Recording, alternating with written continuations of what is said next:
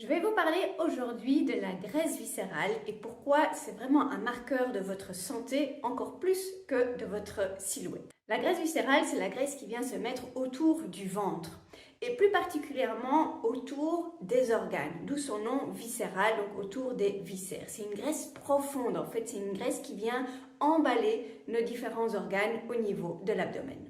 Elle est différente des autres graisses ou de l'autre graisse qu'on va appeler sous-cutanée, plutôt celle qui fait les bourrelets. Parce que la graisse viscérale est plus active. Elle a un caractère inflammatoire, c'est-à-dire que de par son activité, elle va promouvoir l'apparition de certaines maladies, typiquement les maladies dites de civilisation, le diabète, les maladies cardiovasculaires, les cancers, etc. En fait, c'est une graisse qui est plus active.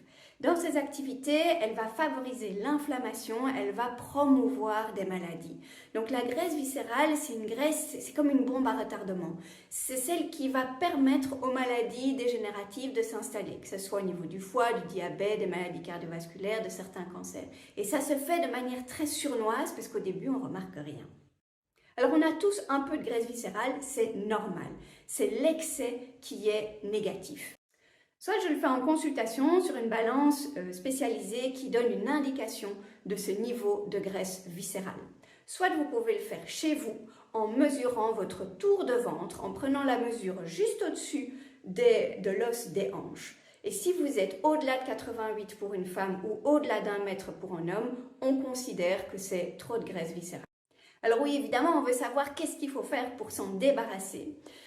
La réponse est il faut bien manger, il faut avoir une activité physique, il faut bien dormir, il faut gérer son stress. Donc de nouveau, c'est les mêmes facteurs que tout ce qui touche à notre mode de vie. Mais surtout, la clé pour la graisse viscérale, c'est la continuité, c'est la fréquence, c'est d'avoir vraiment des habitudes qui sont ancrées par rapport à ces critères-là et pas juste faire super attention pendant quelques mois pour éliminer cette graisse et puis repartir comme avant. La graisse viscérale, c'est un paramètre santé, beaucoup plus qu'un paramètre silhouette.